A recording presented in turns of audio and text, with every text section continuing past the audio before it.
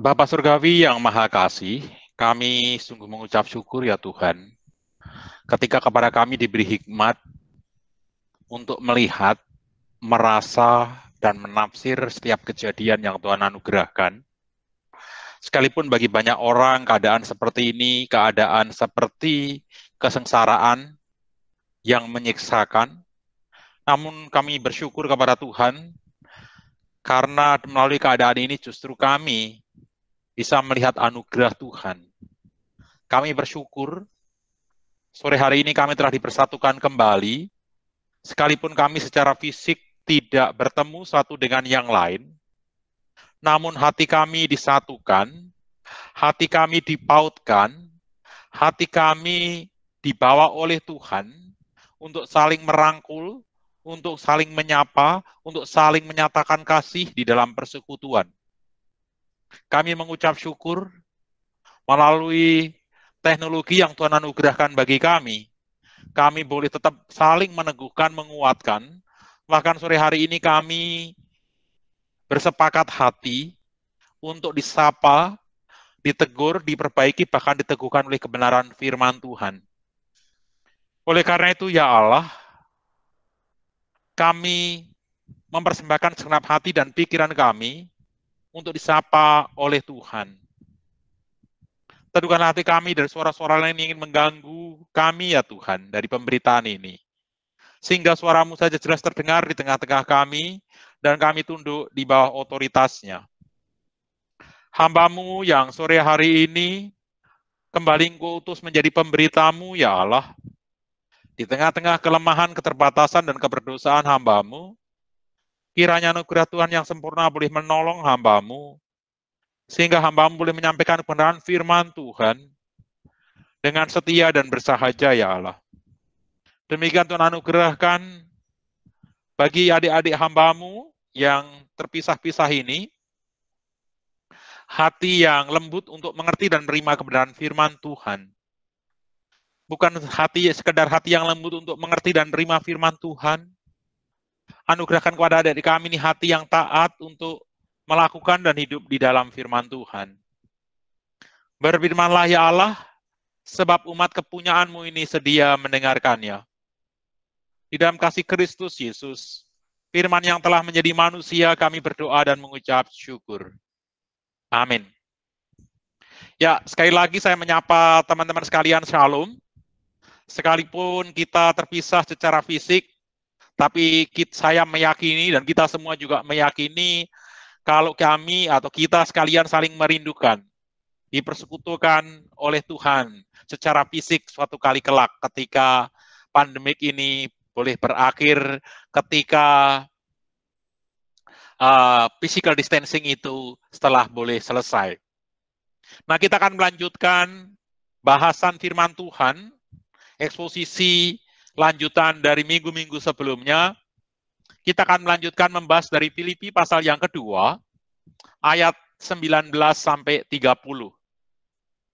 Lembaga Alkitab Indonesia memberi judul Timotius dan Epafroditus.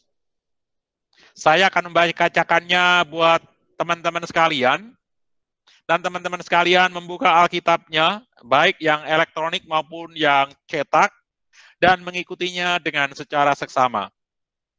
Demikian firman Tuhan.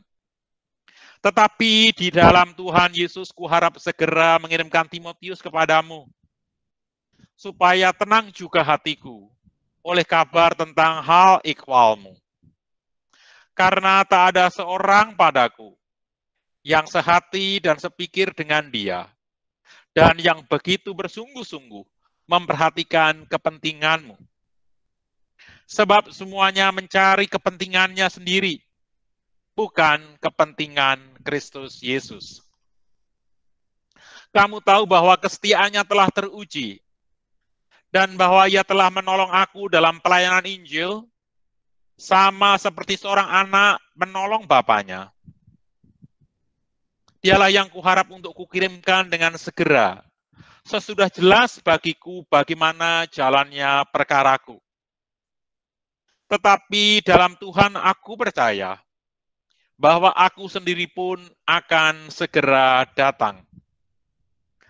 Sementara itu, kuanggap perlu mengirimkan Epafroditus kepadamu, yaitu saudaraku dan teman sekerja serta teman seperjuanganku, yang kamu utus untuk melayani aku dalam keperluanku. Karena ia sangat rindu kepada kamu sekalian, dan susah juga hatinya, sebab kamu mendengar bahwa ia sakit. Memang benar ia sakit dan nyaris mati. Tetapi Allah mengasihani dia, dan bukan hanya dia saja, melainkan aku juga, supaya duka citaku jangan bertambah-tambah. Itulah sebabnya aku lebih cepat mengirimkan dia, supaya apabila kamu melihat dia, kamu dapat bersuka cita pula dan berkurang duka citaku. Jadi sambutlah dia dalam Tuhan dengan segala sukacita dan hormatilah orang-orang seperti dia. Sebab oleh karena pekerjaan Kristus ia nyaris mati, dan ia mempertaruhkan jiwanya untuk memenuhi apa yang masih kurang dalam pelayananmu kepadaku. Demikian firman Tuhan. Tuhan Yesus bersabda, yang berbahagia setiap kita yang mendengarkan firman Tuhan, merenungkannya dan hidup di dalamnya. Teman-teman mahasiswa yang Tuhan Yesus kasihi, setelah kita membahas pasal yang kedua, mulai ayat yang pertama hingga ayat yang ke-11, di mana Paulus memberi pengajaran kepada jemaat di Filipi untuk hidup saling rendah hati, saling mementingkan kepentingan sesak bersama, dan bersatu di dalam Tuhan dengan meladani teologi kenosis Tuhan Yesus. Rasul Paulus melanjutkan memberi pembinaan kepada jemaat di Filipi di ayatnya yang ke-12 sampai 18. Nah, kalau ayat 1 sampai 11 dari Filipi pasal yang kedua berbicara tentang spiritualitas komunal, bagaimana hidup secara spiritual, kehidupan secara Kristiani yang benar, secara bersama-sama di ayat 1 sampai 11, maka ayat 12 sampai 18, ketika jemaat Filipi diingatkan untuk menghidupi iman, bukan sekedar setelah diselamatkan, tetapi diminta untuk menghidupi keselamatan.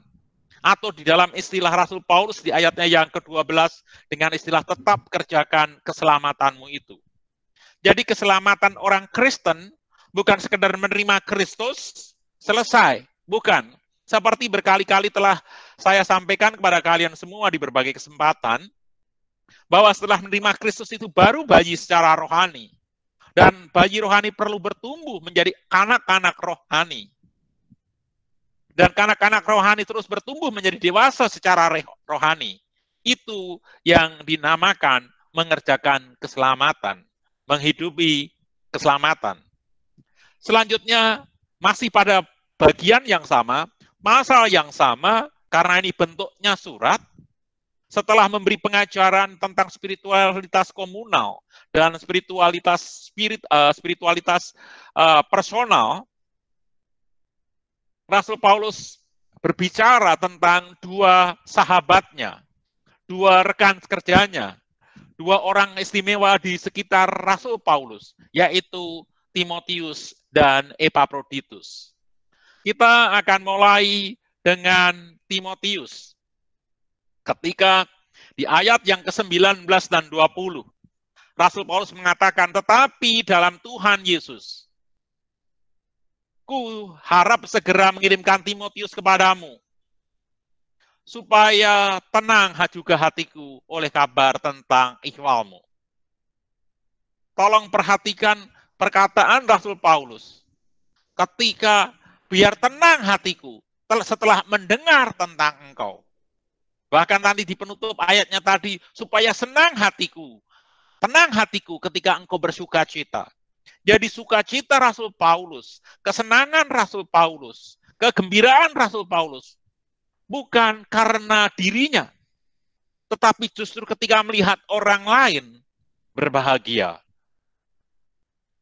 Pantas sekali kalau surat Filipi ini disebut surat yang sikapnya, tema utamanya joy, sukacita. Karena apa? Karena Paulus menulisnya surat ini dari penjara di Roma. Nanti kita melihat beberapa bukti hal itu. Ya, dari penjara, surat dari penjara, tapi tetap masih berkata bersukacita, bersukacita, bersukacita. Kan Rasul Paulus tidak melihat dirinya yang sedang dipenjara, tapi ketika dia bisa melihat umatnya, orang-orang yang dikasihi bersukacita. Dan seorang yang dewasa adalah satu orang yang bisa bersukacita karena kegembiraan orang lain. Tentu kalian masih ingat ketika saya memberi, bagi yang senior-senior, ketika saya memberi ilustrasi tentang cerita saya yang dulu waktu mahasiswa pengen sekali makan di restoran di puncak yang namanya Rindu Alam. Ya, setiap retreat saya lewat sana, saya selalu tengok itu Rindu Alam dan pengen sekali makan di Rindu Alam. Retreat berikutnya yang lain ikut, ya lewat lagi, telan ludah, dan lewat lagi. Hingga satu saat ketika saya sudah menikah, ketika secara finansial cukup mandiri, saya mendapat undangan untuk khotbah di salah satu perusahaan yang dilakukan di taman bunga. Ketika saya berangkat khotbah, sengaja saya ngajak anak-anak berangkat lebih pagi, supaya bisa sarapan di Rindu Alam. Saya berpikir, wah senang sekali gitu ya, bisa mimpi saya selama mahasiswa bisa terpenuhi. Begitu kita berangkat pagi-pagi dengan 3 anak, istri saya beserta driver saya, kita berangkat pagi sampai Rindu Alam jam 7 pagi atau setengah 8 begitu. Rindu Alam belum buka, bukanya jam 9. Jadi saya tidak bisa makan. Tetapi maju ke depan sedikit, belok kiri itu ada Puncak Pas Hotel, which is lebih baik dibandingkan Rindu Alam. Dan kami sarapan pagi di sana beserta anak-anak dan istri. Anak-anak milih ini, milih itu, istri milih ini dan milih itu, dan sebaiknya mereka makan semua. Dan saya cuma memberi anak-anak saya tanya, Papa nggak makan? Cukup enggak? Saya foto, upload. Dan apa statement saya yang saya tulis di sana? The happiest man in the world is a man who see his wife and his children happy. Seorang laki-laki yang berbahagia adalah seorang laki-laki yang bisa melihat anak dan istrinya tersenyum. Sorry, saya ulang. The happiest man is the world is the man who see his wife and his children smile. Itu quote saya. Nah, ketika seseorang yang dewasa adalah seseorang yang bisa berbahagia karena melihat kebahagiaan orang lain. Itulah Rasul Paulus. Dan itu diungkapkan di dalam penggalan surat ini. Mengapa dia melakukan itu? Demi kebahagiaan orang yang dia kasihi. Dikatakan begini tadi. Tetapi dalam Tuhan Yesus, kuharap segera dapat mengirimkan Timotius kepadamu. Supaya tenang hatiku oleh kabar tentang Iwamu. Karena tidak ada seorang padaku yang sehati dan sepikir dengan dia.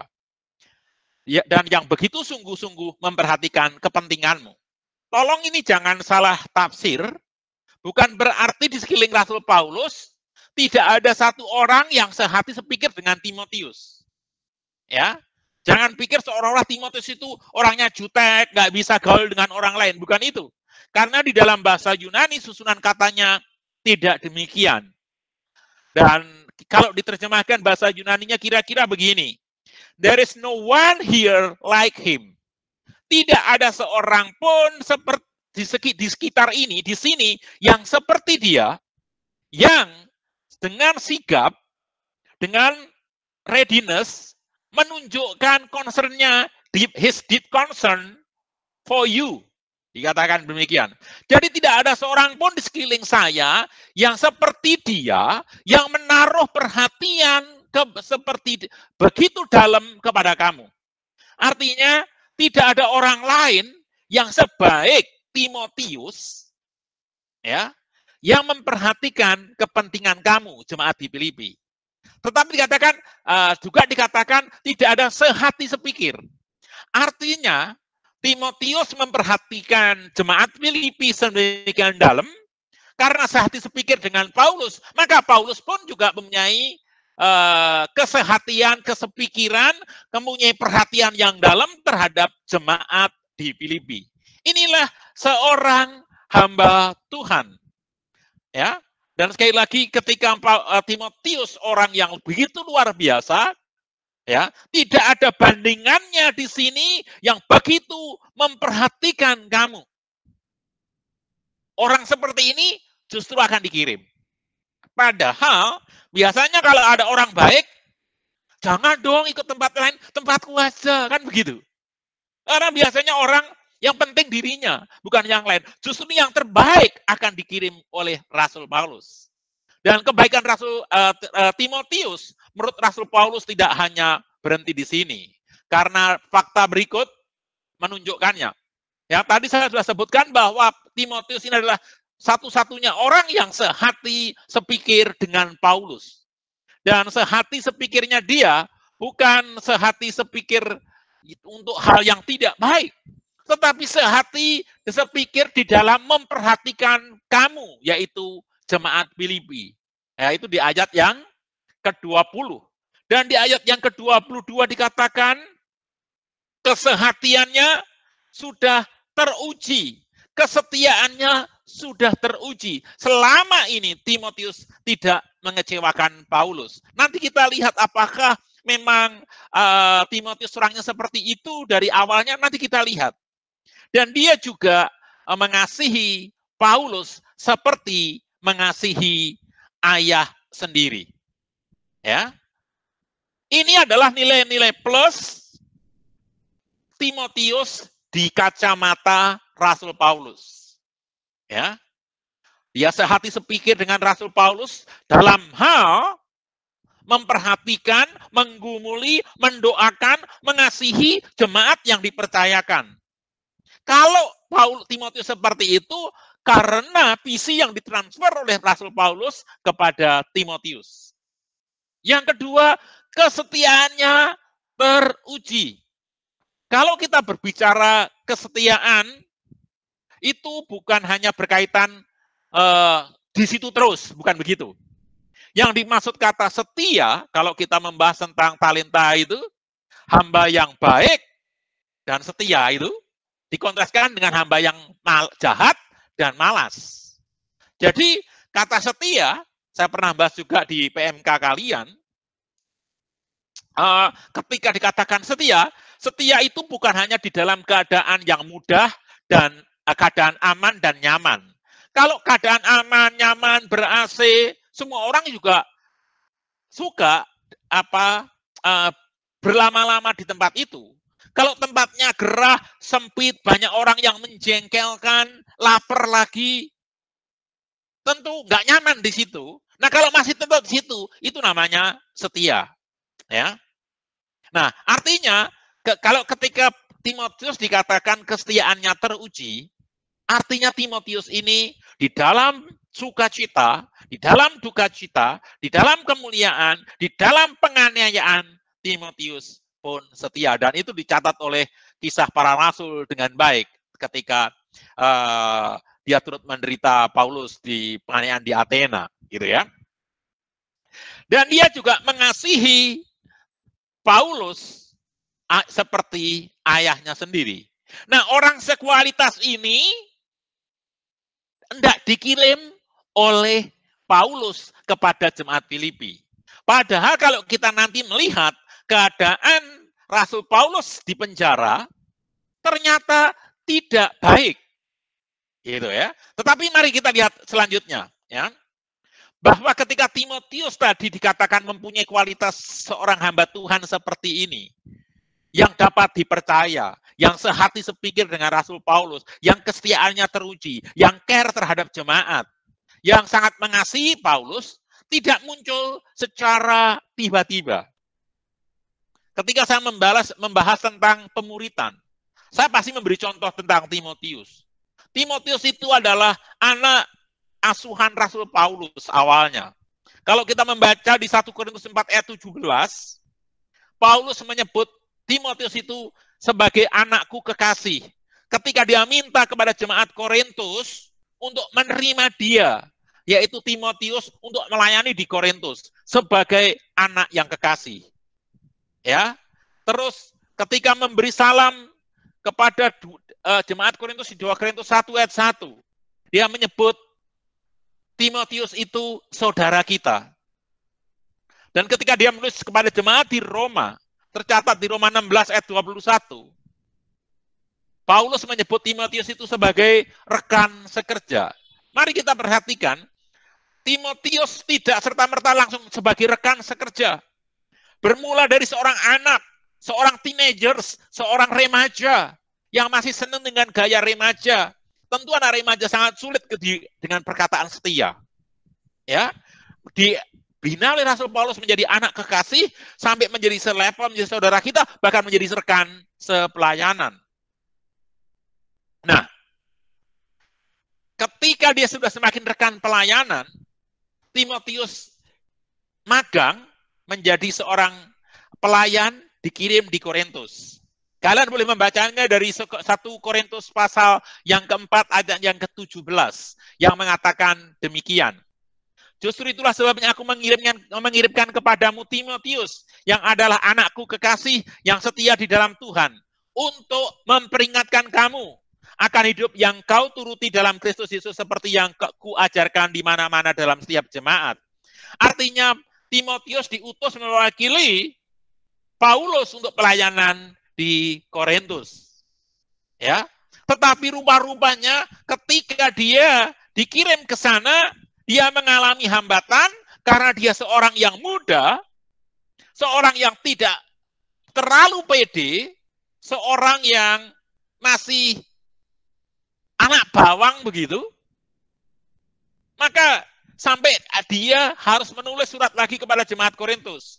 Jika Timotius datang kepadamu kembali, usahakan supaya dia berada di tengah-tengahmu tanpa takut. Rupa-rupanya Rasul Timotius ketika dikirim ke Korintus gagal, dia merasa takut supaya ia berada di tengah tanpa rasa takut. Supaya ia mengerjakan pekerjaan Tuhan sama seperti aku. Jadi dia selain minderan, dia juga belum berpengalaman dan takut. Di ayat yang ke-11, jadi janganlah ada seorang yang menganggap dia rendah. Makanya di 1 Timotius ada surat kepada Timotius, janganlah seorang menganggap engkau rendah sebab engkau muda. Jadilah engkau teladan di antara orang percaya, di dalam perkataanmu, di dalam imanmu, di dalam perbuatanmu, dan di dalam kasihmu. Artinya, Timotius tidak serta-merta menjadi seorang hamba Tuhan yang begitu baik tanpa melewati proses. Proses itu sebagai anak yang penakut, anak yang nggak pede, anak yang minder, anak yang pernah gagal di dalam pelayanannya. Itulah Timotius. Nah, ketika dia sudah matang, ketika dia sudah siap untuk meringankan beban Paulus, ya, ternyata dia justru akan dikirim oleh Rasul Paulus kepada jemaat di Filipi. Ya, dikatakan, dialah yang kuharap untuk kukirim dengan segera. Sudah sejelas bagiku sebagaimana jalannya perkaraku. Jadi, Rasul Paulus akan segera mengirim Timotius sesudah perkaranya jelas. Ya. Kenapa? Karena waktu itu Rasul Paulus sedang di penjara Roma menunggu persidangan naik bandingnya.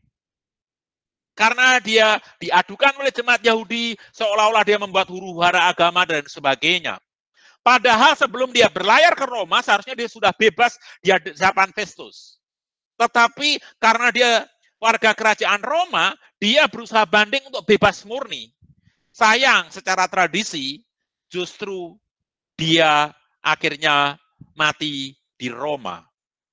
Nah, menariknya, ketika surat ini ditulis, dikatakan akan kukirim dengan segera sesudah jelas bagiku bagaimana jalannya perkaraku. Tetapi dalam Tuhan aku percaya bahwa aku sendiri pun akan segera datang. Dengan perkataan lain, Rasul Paulus di dalam surat ini yakin kalau dirinya akan bebas. Maka dikatakan aku sendiri akan segera datang. Ini rupa-rupanya Rasul Paulus belum menyadari bahwa kasusnya akan membuat dia mati martir. Ya. Tetapi di 2 Timotius pasal 4 ayat 6 dan 7, silahkan buka kalau yang penasaran. Di 2 Timotius 4 ayat 6 dan 7, Rasul Paulus sudah mulai sadar bahwa perkaranya dia tidak akan menang, bahkan sudah mendekati kematiannya. 2 Timotius 4 ayat 6 dan 7. Mengenai diriku, ini surat pribadi kepada Timotius, darahku sudah mulai dicurahkan sebagai persembahan dan saat kematianku sudah dekat. Aku telah mengakhiri pertandingan yang baik. Aku telah mencapai garis akhir dan aku telah memelihara iman. Dengan kata lain, dari fakta ini, maka kita bisa menduga bahwa surat Filipi ini ditulis oleh Rasul Paulus sebelum surat 2 Timotius. Jadi sangat mungkin ketika ternyata statusnya sudah jelas, belum selesai gitu maksudnya, Rasul Paulus mengirim Timotius ke Filipi. Dan ketika Timotius Filipi, akhirnya dia menjadi gembala di Efesus. Saat menjadi gembala di Efesus itulah surat 2 Timotius ditulis. Namun, ya, sekali lagi, Paulus di dalam keadaan seperti ini, Paulus tetap mengutus Timotius, yang nantinya juga Epaphroditus.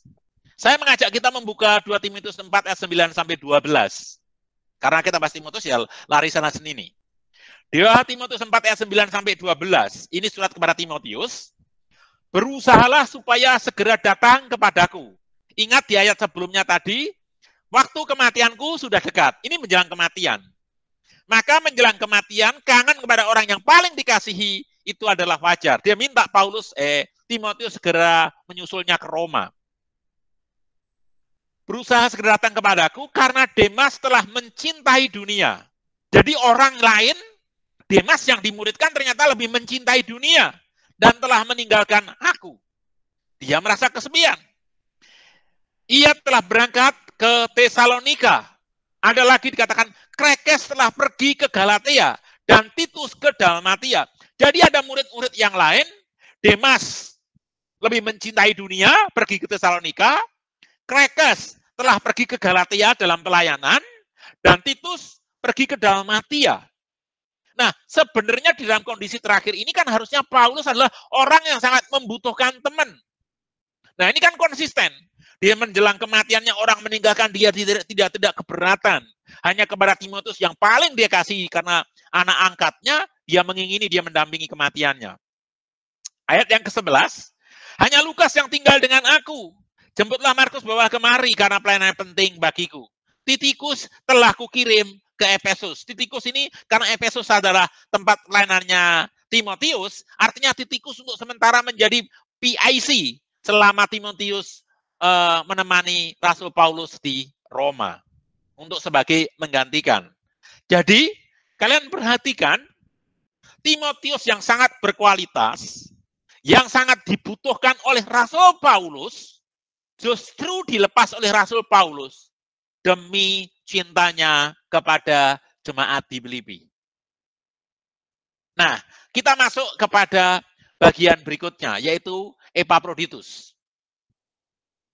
Sementara itu, kuanggap perlu, ayat yang ke-25, mengirim Epaphroditus kepadamu, yaitu saudaraku dan teman sekerja, serta teman seperjuanganku, yang kamu utus untuk melayani aku di dalam keperluanku.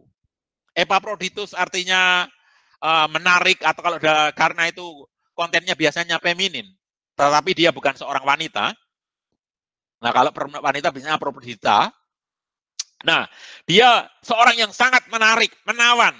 Entah orang tuanya melihat waktu lahir bayinya itu menarik atau menawan begitu, dikasih nama Epaphroditus. Tetapi dia seorang yang berkarakter menarik. Nah, Epaphroditus ini dikatakan apa? Saudaraku, teman sekerja, teman seperjuangan.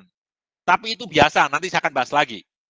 Yang kamu utus untuk melayani aku dalam keperluanku. Jadi, rupa-rupanya Epaphroditus itu adalah jemaat Filipi yang dikirim oleh jemaat Filipi untuk menemui Paulus untuk mengirim persembahan jemaat di Filipi, karena waktu itu Paulus sedang fundraising gitu, mengumpulkan dana untuk membantu jemaat di Yerusalem yang kena bukan wabah, berarti bencana kelaparan, ya wabah kelaparan ya. Wabah kelaparan dan kemiskinan yang ada di Yerusalem. Paulus mengumpulkan dari jemaat-jemaatnya. Dan Filipi mengirim uang persembahan ini sekaligus juga mengirim Epaphroditus untuk mewakili jemaat di Filipi untuk melayani Paulus. Dengan kata lain, Epaphroditus ini adalah seorang pribadi yang sangat dipercaya sehingga mewakili jemaat Filipi. Dan tolong diingat, Epaphroditus bukanlah Epapras yang adalah jemaat Kolose yang turut dipenjara bersama Paulus. Karena banyak orang yang mengacaukan, kadang-kadang mengatakan bahwa Epaphroditus dan Epapras itu dua orang yang sama. Saya mengatakan tidak, karena dia berasal dari Kolose dan dia dipenjara bersama-sama Paulus, sedangkan Epaphroditus tidak dipenjara. Ya, itu bisa dilihat di Kolose 1 ayat 7, Kolose 4 ayat 12, dan Filemon 1 ayat 23. Tapi fakta yang pertama adalah Epaphroditus seorang pelayan seperjuangan dengan Rasul Paulus, tetapi yang dimulai dia adalah jemaat Filipi, yang diutus oleh jemaat Filipi untuk mewakili mereka melayani Rasul Paulus di dalam penjara. Dan kualitas dia adalah kualitas orang yang layak dipercaya. Dan bukan sekedar orang yang layak dipercaya, Epaphroditus juga mempunyai kualitas-kualitas yang lain. Ya, selain tadi dikatakan teman sekerja, seperjuangan Paulus gitu ya, juga utusan jemaat Filipi kita bahas, dia adalah orang yang, langsung saya terakhir aja, mempertaruhkan jiwa demi pelayanan di ayat yang ke-30. Dia orang yang berani mengambil risiko. Tetapi di ayat 26 dikatakan dia sakit karena rindu kepadamu. Nah, rupa-rupanya si Epaphroditus ini sakit ketika dalam pelayanan melayani Paulus di penjara. Ada dua kemungkinan, karena perjalanan dari Filipi ke Roma yang cukup jauh, menempuh bahaya, maka dikatakan dia mempertaruhkan jiwa untuk itu. Dan sampai di sana mungkin dia sakit dan rindu kepada jemaatnya. Jadi mungkin dia ini seorang yang baik gitu ya, orang yang bergaul baik di Filipi sehingga mempunyai ikatan persekutuan dengan jemaat di Filipi. Atau mungkin dia punya pacar atau gebetan yang di Filipi yang ditinggalkan demi pelayanan ini. Tetapi dari sini saya mau katakan, sekalipun dia berat meninggalkan jemaat Filipi, toh dia melaksanakan pelayanan mewakili jemaat Filipi. Dia adalah seorang yang tidak meremehkan kepercayaan yang diberikan kepadanya. Untuk itu, dia rela menekan kerinduannya, menekan kebutuhannya, menekan keinginannya, menekan perasaan hatinya demi kepercayaan yang diberikan, demi pelayanan yang diberikan. Ini adalah suatu bentuk ketaatan, suatu bentuk kerelaan. Orang yang taat dan rela melayani. Bukan berarti orang yang tanpa perasaan atau tanpa nalar. Jadi kalau katakan sukacita melayani terus, kita tuh senang terus. Kalau pelayanan itu senang terus, itu bukan pelayanan, namanya hobi. Ya kan? Tetapi ketika ada perasaan gundah, perasaan galau, kalau tadi pagi saya talk show itu menyebutnya perasaan yang hambiar gitu ya, karena Lord Didi Kempot yang meninggal ya, hambiar, teman hambiar itu. Nah, di situ sekali lagi seperti itu, tetap melakukan itu. Namanya itulah kerelaan dan pelayanan. Oleh karena itu, karena kualitas seorang Epaphroditus, orang yang mau mengambil resiko, orang yang membayar harga, orang yang dapat dipercaya, seharusnya menemani Paulus. Tetapi Paulus mengirimnya kepada jemaat yang dikasihinya. Oleh karena itu dia memberi nasihat. Sambutlah dia dalam Tuhan dengan segala sukacita dan hormatilah dia, karena dia itu orang yang sangat berkualitas.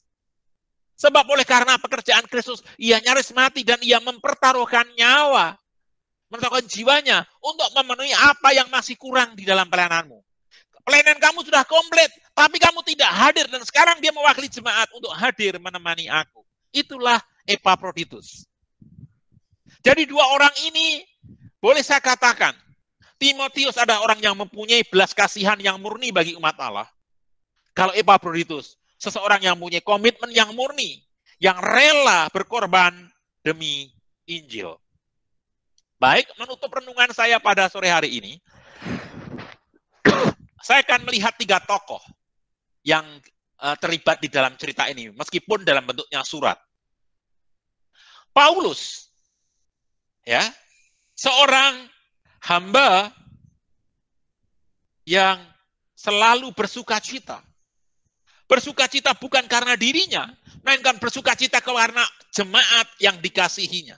Ketika dikatakan, ketika engkau bersuka, lega hatiku. Ketika jemaat Filipi senang, lega hatiku. Itulah karakter Paulus. Paulus adalah hamba yang selalu bersukacita karena umat yang dilayaninya, sekalipun dirinya terbelenggu di dalam penjara. Inilah wujud dari semangat yang sangat mengasihi jemaat. Inilah Rasul Paulus yang mementingkan kepentingan jemaat. Dan ini punya visi ditransfer dengan sangat berhasil kepada Timotius yang dikasihinya. Timotius mempunyai karakter yang setia, yang kesetiaannya sangat teruji, sekalipun dulunya pernah gagal. Paulus sangat mengasihi Timotius, sebaliknya Timotius sangat mengasihi Paulus.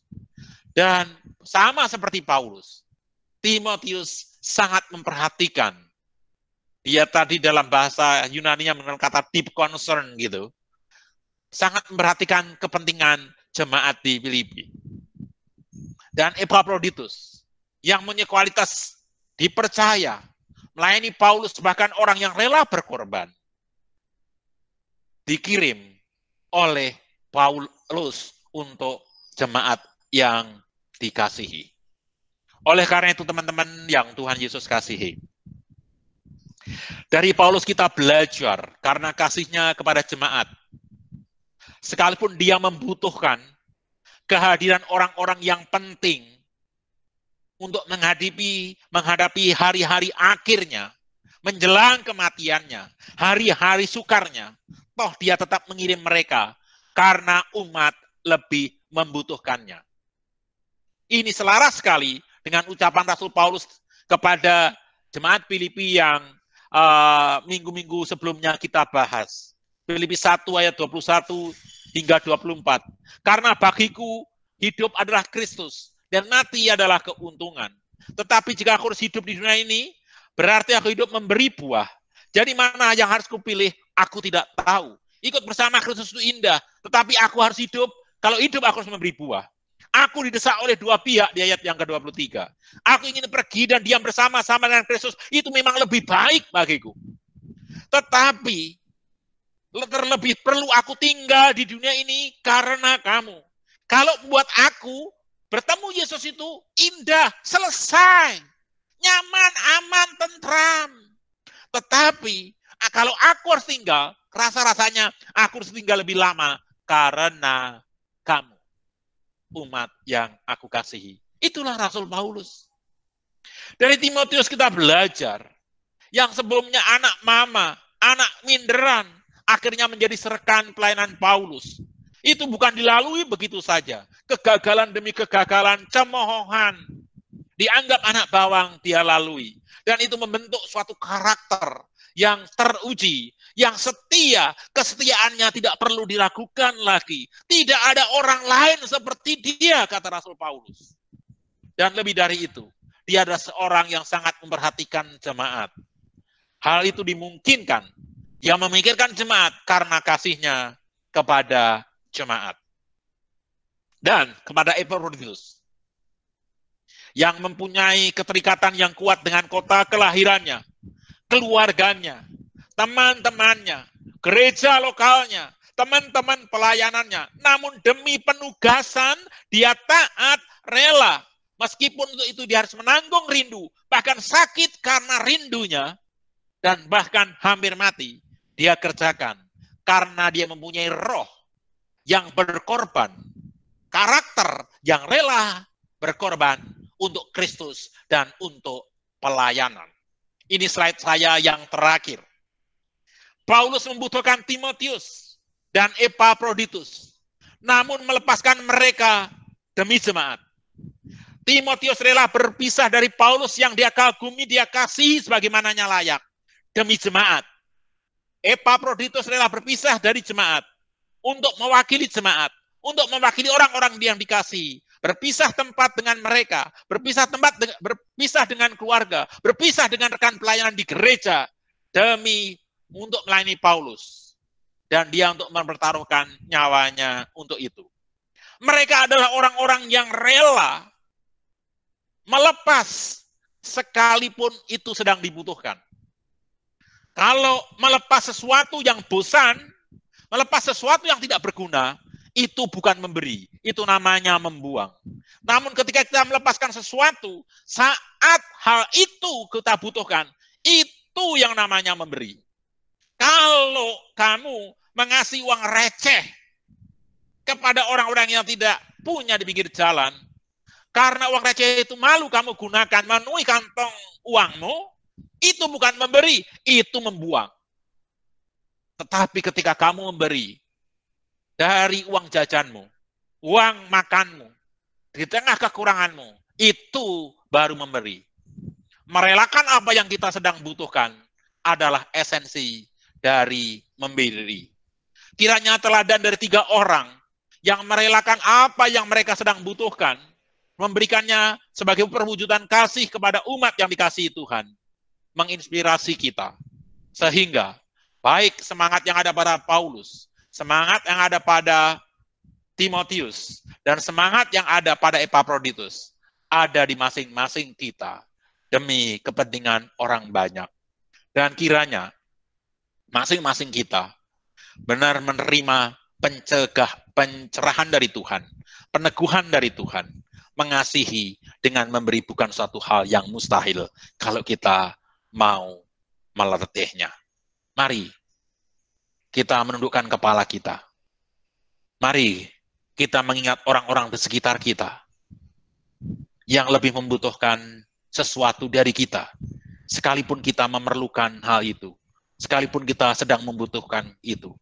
Uang kita, waktu kita, kasih kita, tenaga kita. Aku butuh waktu untuk jalan-jalan dengan pacarku. Tetapi pelayanan membutuhkan kita. Kalau kamu memberikan untuk pelayanan, itu namanya memberi. Ada teman yang perlu saya dengarkan keluh kesahnya. Sedangkan aku inginnya membaca buku. Sedangkan aku perlu membaca buku yang belum selesai.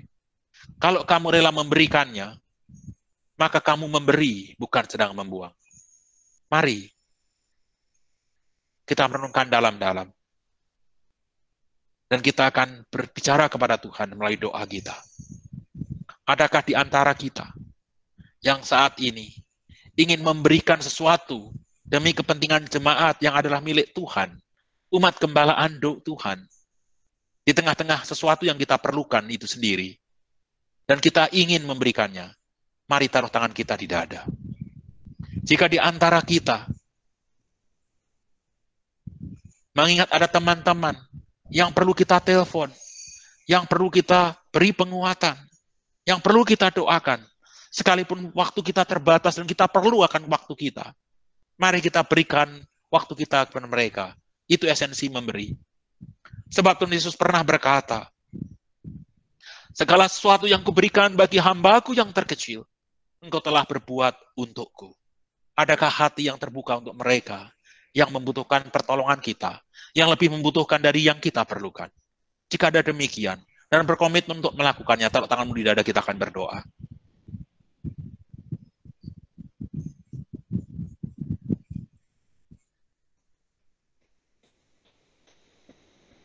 Saat ini ketika physical distancing, adik kakak kita mungkin memerlukan kita. Papa mama kita mungkin memerlukan kita. Adik kelas kita mungkin memerlukan kita. Sedangkan kita masih memerlukan waktu kita, tenaga kita, kesenangan kita. Namun demi Kristus Tuhan, mari berikan itu untuk mereka. Sekali lagi, jika ada hati yang digerakkan demikian, taruh tangan di dada dan kita berdoa.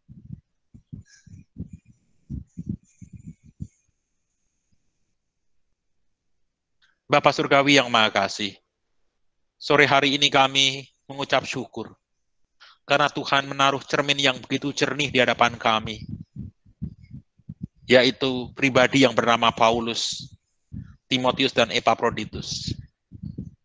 Orang yang rela melepas haknya, orang yang rela melepas keperluannya, orang yang rela melepas the best resources yang mereka punya untuk kepentingan orang lain, yaitu jemaat Filipi. Ajar kami mempunyai kepekaan seperti Paulus, Timotius, dan Epaphroditus, yang melihat kepentingan orang lain lebih tinggi dari kepentingan kami. Kami memerlukannya. Jangan biasakan kami hanya membuang sesuatu yang tidak kami perlukan. Namun ajar kami memberi sesuatu yang kami perlukan. Hamba berdoa ya Tuhan, untuk adik-adik hamba-Mu yang ada di berbagai tempat. Biarlah mereka belajar mengasihi Tuhan dengan mengasihi jemaat-Nya, dengan mengasihi domba-domba